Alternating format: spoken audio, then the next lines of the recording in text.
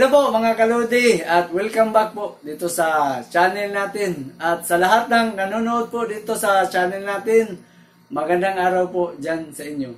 So ito po ang bago nating presentation.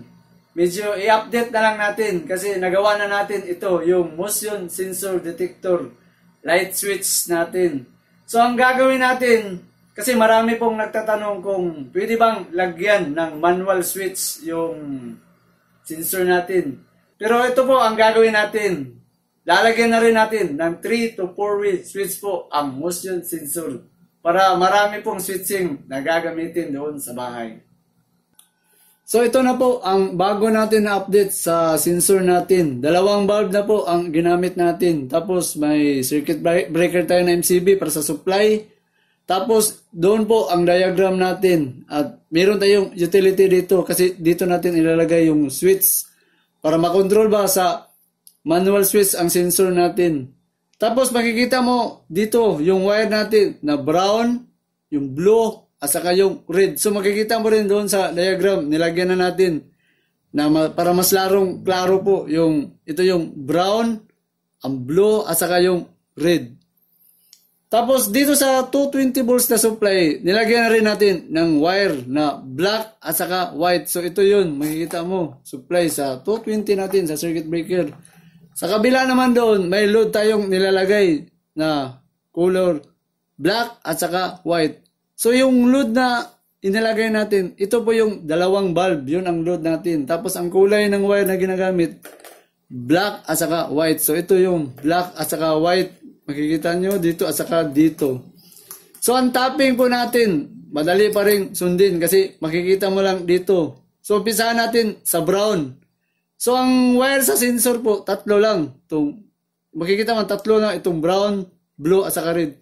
So, ang una natin gagawin, yung black dito sa supply na galing sa MCB na supply, itong black, itatapping natin dito sa brown. So, ito yung brown. So, dito yan magtatapping. Dito tayo magumpisa sa line 1, black, nakatapping sa sensor na brown. So, ito yung brown at ito yung black. So, itapping natin. So, yan, natapping na natin. So, dito tayo ngayon sa red. Yung red, ito po yung red. Yung red wire, nakatapping po sa black, sa load. So, ang load po natin, dalawa po ang load natin. Ang load natin dito, nakaparallel lang po yung dalawang bulb. So, ito yung dalawang bulb. Yung kulay red dito, sa load patungo na black na color, na wire, black na wire. So, ito yung black sa load. Dahil dalawa po ang bulb natin. So, itong isa naman na black, kasama po yan. Dito yung black. Tapos nakakonek sa red. So dito yung red nakakonek. So tatlo po sila kasi dalawang bulb na ang gamit natin. So itatapping natin ang dalawang black at red na galing sa sensor natin. So ito po ang tapping natin. So ayan, ang tapping na natin. So ngayon po, ang kulang na lang natin yung blue dito. So ang blue makikita naman na line to na white. So dito yung line to na white, ito. Yan. Tapos, nakakonect sa blue. So, ito yung blue. Dito yan, sa white, na nanggaling sa supply. Dahil ang blue natin po ay common na bilang isang neutral patungo doon sa white. So, yung white natin na load, siyempre, dalawang wire yun kasi dalawang bulb ang gamit natin. So, itong white na wire, ito yung load. At ito naman ang white. So, dalawang white. Ang white nakatapping sa blue. Tapos, yung supply sa L2, blue. So, itong blue, dalawa. So, apat po sila. Dito, isa. At saka, dito po ang isa. So, itatapping natin yan, ganyan. So, yan. Natapping na natin. So, yan na po. Tapos na po tayo sa tapping natin. Tatlo lang ang itatapping natin. Kasi makikita naman ito yung brown, yung red, at saka yung blue. So, ang gagawin natin, mag-testing na po tayo ngayon na dalawang iilaw ngayon sa motion sensor natin. So, i-switch on natin ito. So, simple sa starting po, ilaw talaga yan kasi magpapunction ang motion sensor natin doon. So, yan, 5 to 10 seconds po kasi nakabase po siya sa timer. So, dito po, makikita mo dito. So, sa mga bago pong nakapanood ngayon, ito po, may adjuster po ang sensor. May sensitivity dito, may timer, At saka may module po sa adjuster sa night and day kung gagamitin mo. So ang design natin ngayon, naka-design po siya sa mode sa gabi. Para hindi po siya magpapangsyon kung sa araw po. Kasi gagamitin po natin ang motion sensor natin doon sa likod sa bahay kung gagamitin natin. So ngayon, subukan natin kung papangsyon ba ngayon na dalawa na ang iilaw ngayon sa motion sensor natin. So ang gagawin natin, gagalawin natin yung kamay doon sa taas.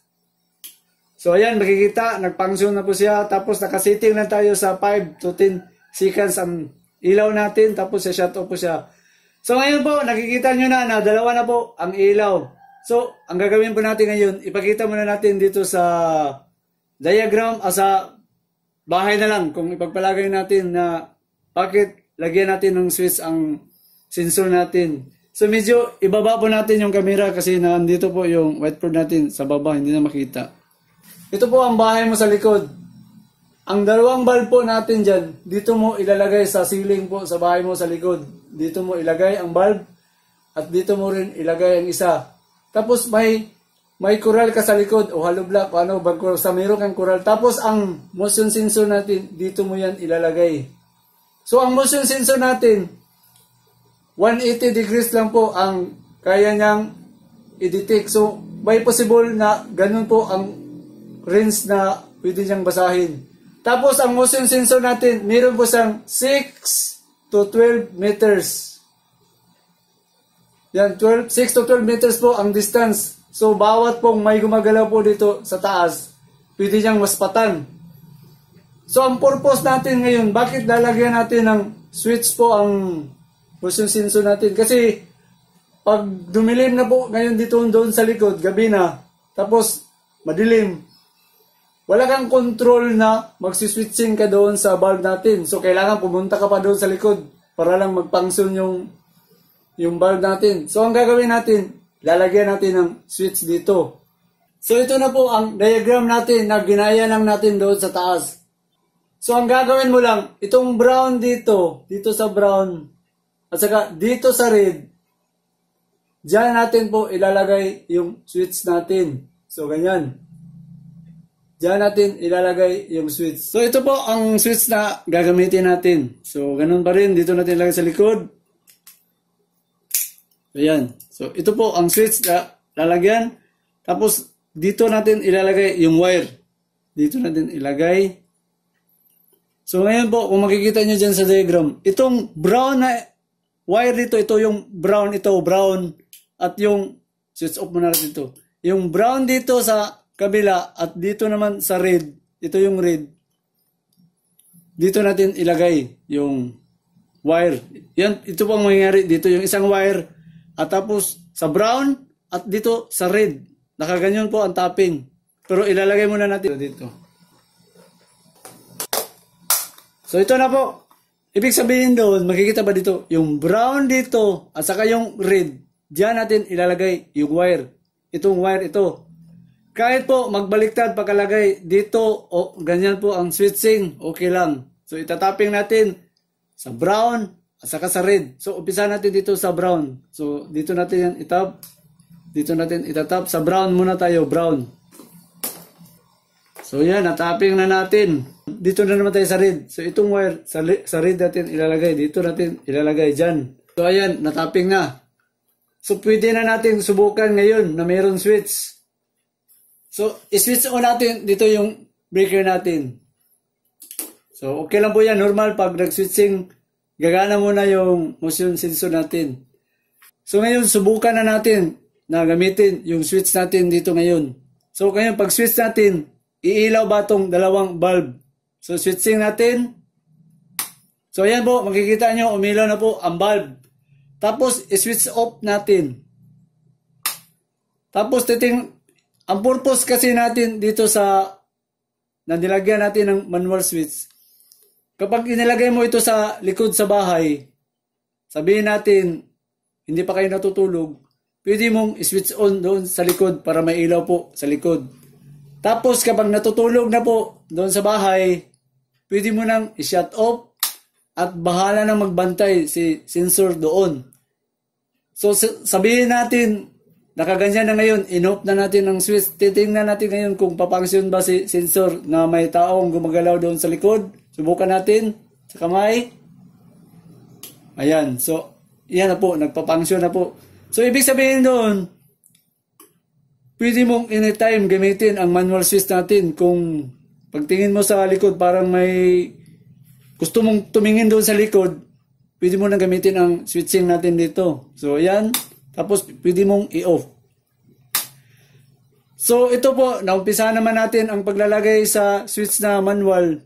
May nagsabi doon sa channel natin na, Buddy Froy, pwede bang dalawa na lang po ang switch o sa kabila, lagyan ko ng switch doon at doon po sa kabila rin na kwarto, lalagyan ko ng switch. Ipagpalagay natin na dito may room 1 po dito, room 1 at ito yung room 2. Tapos dito sa likod ang coral. Tapos dito yung sensor natin nakalagay at dito yung bulb natin na dalawang bulb na nilagay natin. So depende po sa inyo kung dito nyo ilagay o dito ba nyo ilagay yung bulb.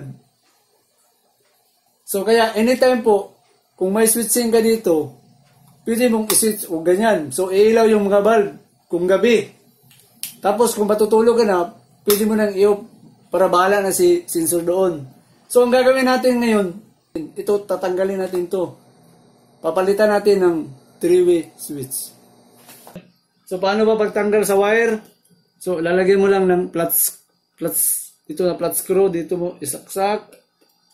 Tapos, atakin mo. Yan. Tapos sa kabila rin, dito mo ilagay yung screw. Yan, tanggal. Itong linya po dito, ito po ang gagamitin natin na linya patungo sa 3-way switch natin. So maglalagay tayo ng dalawang utility box dito. So yan po, nalagyan na natin ng dalawang utility dito at saka dito. Tapos meron po tayong diagram sa baba. Black diagram lang tayo para pasundan po. So ito po ang sinabi natin na 3-way switch na gagamitin natin. So makikita nyo dito sa baba, may nakalagay na 310 at sa kabila rin 310. Dalawa po na 3-way switch po ang gagamitin mo. So ito po ang 3-way switch na ipakita natin. So ang 3-way switch po, meron po siyang numbering. So balik tayo dito, meron po siyang 0. Makikita ba dyan 0? Tapos may 3 at saka 1. Kapag ganun mo po ang switch dito, yan po ang magiging resulta. Dito yung 3, dito yung 1, at saka dito yung 0. So, yung makikita, 3, 1, 0.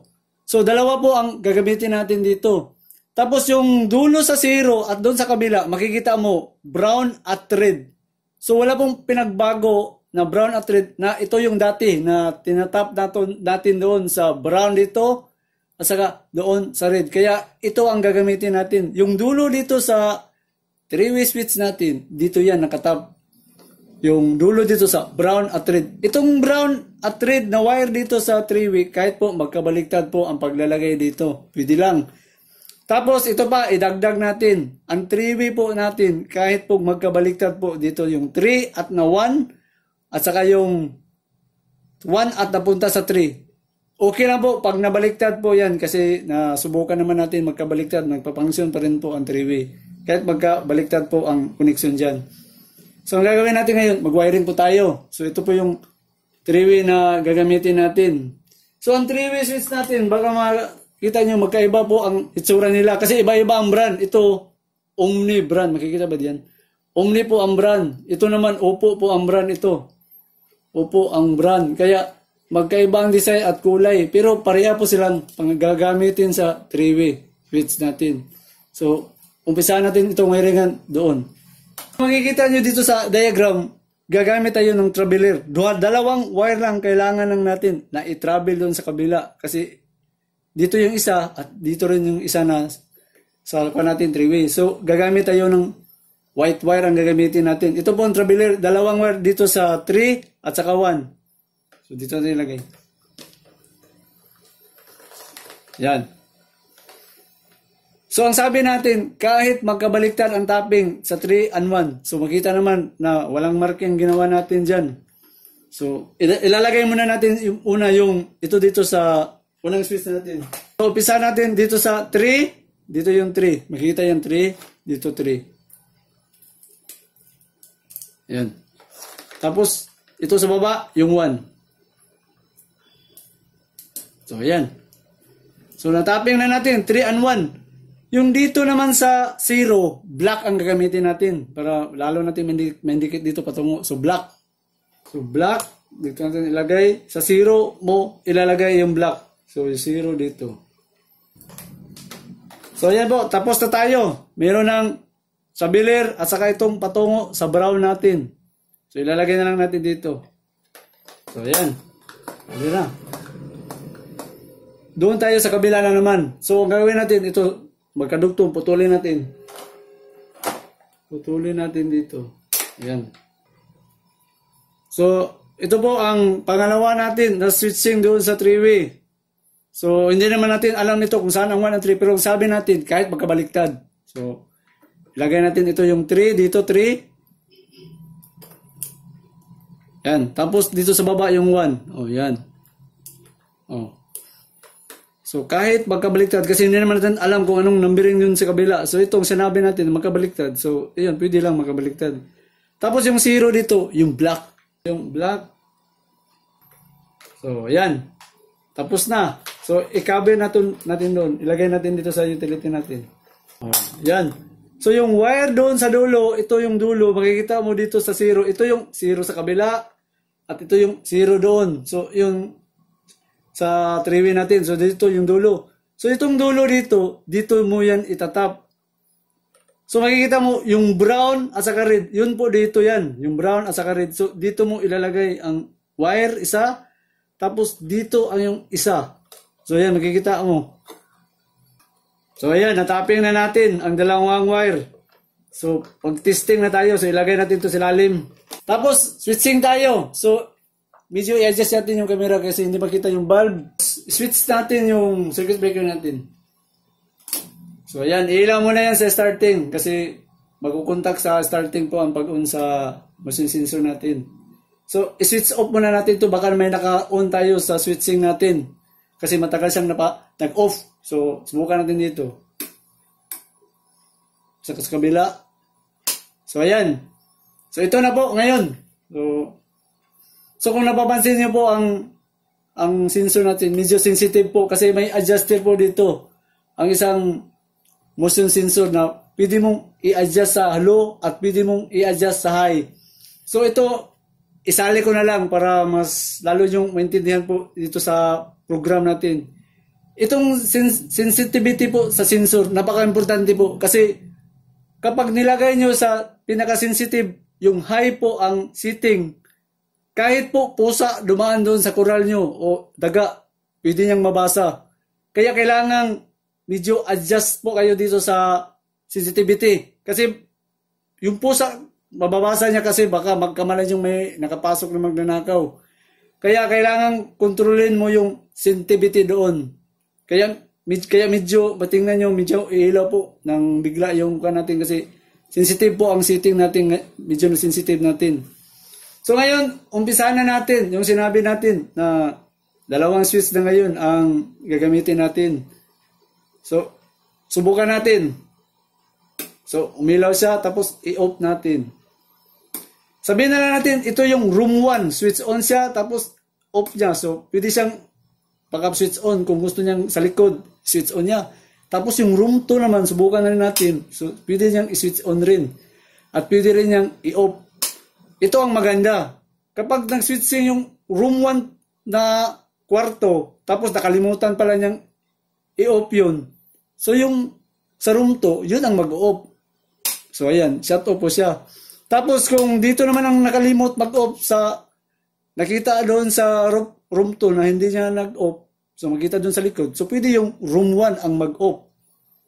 So, yan po ang advantage ngayon. Kasi makukontrol na. Tapos pag matutulog ka na, yan, naka-off na, bahala na si sensor doon na magbantay sa likod. So, subukan na natin kung may gumalaw doon. Yung sensor natin, baka nakita nyo, pwede nyong i-adjust ng nakaganyan. Ginawa lang natin patungo sa taas kasi mas patan tayo dito. Kaya mag-i-energize yan. O katulad dyan, nag-energize kasi sa harap na. Saka ang size niya doon, dito, at saka dito, yun ang 180 degrees. So, kailangan i-shut off mo yung ganyan. Oh. Kasi nakasiting lang siya sa 5 to 10 seconds, kaya mag-off siya. So, ibalik natin. So, hintayin muna natin na mag-shut off po siya.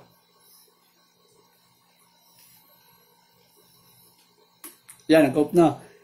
Subukan din sa kamay, yung sensor natin. O yan, makikita. So, ayan, pangsyonado pa rin siya kahit ito yung maganda. Kung gabi, pwede mong i-lighting doon sa labas. At kapag natutulog ka na, pwede mo nang i-shut off. Bahala na doon si sensor. Tapos ito pa. Kasi may nagtatanong doon sa channel. Sabi niya, Sir, Body Pro, pwede bang lagyan ko na lang sir lahat ng kwarto sa bahay para kung sinong makakita doon sa likod o pwedeng mag-switching. So ito po ngayon. Lalagyan po natin ito ng 4-way switch. So idagdag na naman natin itong switching natin. So ito po ang idagdag na lang natin. So nampisa na natin. So ito po ang 4-way switch type. So ang 4-way at saka 3-way, magkaiba po sila. Ang isang 3-way po, meron siyang number na 0 at saka 1, 3. Ito dito sa 4 switch natin ito na control. May number po siya na 1, palapit natin. Ito 1, at saka meron 2, 3 at 4 po ang nakalagay. So kailangan mong tingnan kung gusto mong gumamit ng 4-way switch kasi magkaiba sila. Kapag gusto mong dagyan po ang ganyang sistema na 4-way switch po, ganito po ang gagamitin mo na klase. So, paano ba siya ilagay? So, isali ko na lang kasi madali naman siyang itapping. So, ang gagawin mo, yung traveler mo ngayon dito, puputulin mo lang. So, i-switch off muna natin to. Puputulin mo, tapos nakaparallel po ang tapping niya. So, ganito po ang harap. So, dapat yung 3, 1 mo itatap. Tapos sa baba, 4 at 2. Huwag mong itapping sa 1 at 2 ang wiring doon kasi hindi po siya magpapangsyon. Dapat nakaparallel. So, kung ganyan ang sistema dyan, dito yan sa 3, 1 at saka sa 4 and 2. So, dyan sa baba sa diagram natin, pakita natin yung sa baba dyan. Puputulin mo lang dito. Yan. Diyan mo isasaksak yung, dito yung 3 at 1, sa kabila naman yung 4 at saka 2. So, puputulin natin ito ngayon. Ang maganda dito, kahit pong magkabaliktad ang paglalagay mo dito, okay lang, magpapangsyon yun. So, makita rin natin yan, kung puputulin natin, ano bang mangyari? So, putulin na natin. So, puputulin natin dito yung dalawang wire. So, naka-off para safety tayo. Yan. 3, 1, and 3. So, dito tayo. So, kahit magbaliktad, so wala namang numbering makikita. So, dito yung 3.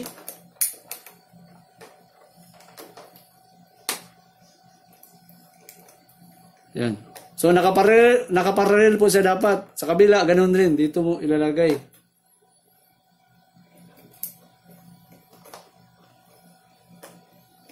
Yan. Tapos, itong isa, dito mo ilalagay. So, ayan. Yan na po ang hitsura ngayon. So, i-cover na natin. So, kahit makabalik na naman paglalagay. Basta lagi nyo lang tandaan, nakaparallel po ang pag-tapping. Hindi nakasiris ng ganun. So, pwede na tayong mag-testing ngayon kasi nalagyan na natin. So, adjust muna natin yung camera natin. So, ayan. Umpisa natin dito. O, ilaw, tapos switch off natin. So, ito rin, subukan natin. Switch on. Tapos switch off natin. Switch on natin sa kabila. At switch off natin. So ito na po ngayon. 3 room sa bahay mo. Pwede mong may sarili silang, kanya-kanya silang switch. Just in case. So ito na ngayon. Sabihin natin, nag-switching ito si room 1. Tapos nakalimutan ni room 1 ang pag-off kasi nakatulog siguro siya. So dito sa room 2 ang nakakita na ng umilaw pala. So pwede mo siyang i-shut off. Tapos, sabihin lang natin na switch on natin muli at nakalimutan ni room 2. Tapos si room 3 gising naman. So, siya na po ang magsa-shut off. So, ayan. Pwede pong makontrol sa 3 po. Kung 3 kwarto sa likod, ang magsiswitching po doon sa likod sa bahay natin. So, ito ngayon, mas komportable na ngayon kasi kapag hindi ka pa natutulog sa bahay mo, pwede mong pailawin sa likod. Yung pinakita natin doon sa drawing natin. So ngayon, subukan natin na sabihin na ganyan, switch on tapos naka-off. Tingnan natin kung papansin pa rin ba ang sensor natin. Susubukan natin. Ayan, so makikita naman, nag-function siya. So 5 to 10 seconds po, magsa-shut off po siya. So ayan po mga lods. Ibig sabihin dun, success po yung pag-connection natin na pwedeng lagyan ang manual switch po yung sensor natin. So it's ending time na naman mga kaludi. So isa-shoutout na naman po natin ang magpapa-shoutout po dito sa channel natin. So umpisahan natin si Sir Jimbo Consulta. Sir, magandang araw po dyan sa inyo. Si Sir Jimbo Consulta. Ito pa si Sir Jose Disunya Official. Watching from Doha, Qatar. Oy sir, amping kanunay diha sir sa Doha, Qatar. Kay ang layo nyo pala dito sir. Ito pa, shoutout natin si Sir Ricklin Damasco from Palawan. Oy sir, magandang araw po dyan sa inyo sa Palawan. Ito pa, si Sir John Limboon, new electrician. Sir, kunting ingat po sa trabaho nyo kasi bago kayong electrician. Ito pa, si Sir Saldi Mabilangan. Sir, magandang araw po dyan sa inyo, si Sir Saldi Mabilangan. Ito pa, shoutout natin, si Sir Darius Is Panganiban. Magandang araw po dyan sa inyo. Ito pa, si Sir DJ Junski Music Cover from Ginsan. Sir, mayong adlaw ni mo diha sir sa Ginsan. Ito pa, shoutout natin si Sir Pipi Filipi Cantal. Magandang araw po dyan sa inyo. Ito pa, si Sir Mil Munkal Hipolito from Quezon City. Sir, magandang araw po dyan sa inyo sa Quezon City. Ito pa, shoutout natin si Sir Ayan Charis Bernardo. Pa-shoutout sa mga taga Iligan City. Oy sir, diri na sa mga Iligan City. Mayong adlaw ni mo din na sir. Ito pa, shoutout natin si Sir Mark England TV. Sir, magandang araw po dyan sa inyo. Ito pa, si Mars Channel. Watching from Riyadh, KSA. Oy sir, mayong adlaw ni mo din na sa KSA. Oh, amping dia sir, kay layo-layo juga diri sa ato. Ito ba, shoutout natin si Sir Yutik TV, electrician from Ilocos Sur. Sir, magandang araw po dyan sa inyo. Saka, kunting ingat sir sa trabaho kasi electrician rin po kayo. Ito pa, shoutout natin si Sir Junior Lopez, RMA from Olongapo City. At pa-shoutout na din kay Sir Edgar Santos from Subic, Zambales. Sir, magandang araw po dyan sa inyong dalawa. Ito pa, shoutout natin si Sir Brian Bacalawi from Jubail, KSA. Sir, kunting ingat po kayo dyan sa KSA. At magandang araw po dyan sa inyo. Ito pa, si Sir Albert Santiago. Sir, magandang araw po dyan sa inyo. Ito pa, shoutout natin si Sir Antonio Hayahay. Pa-shoutout sa lahat ng Hayahay family, Iloilo and Manila. Sir, magandang araw po dyan sa inyo. Asaka sa family Hayahay. Ito pa, the last but not the least, ito si Sir Michael Agbon from Davao City. Sir, mayong adlaw ni mo din na sir sa Davao City. So, ayan po. Natapos na po ang shoutout natin. Saka, yun na lang po palagi ang sinasabi natin. Huwag nyo kalimutan pong i-like at i-share po ang channel natin para marami pong matuto. At saka, huwag nyo rin kalimutan pong mag-subscribe para palagi po kayong maka-update at magkita-kita po tayo dito sa channel natin. So, hanggang sa muli mga kaludi at maraming salamat po sa panonood.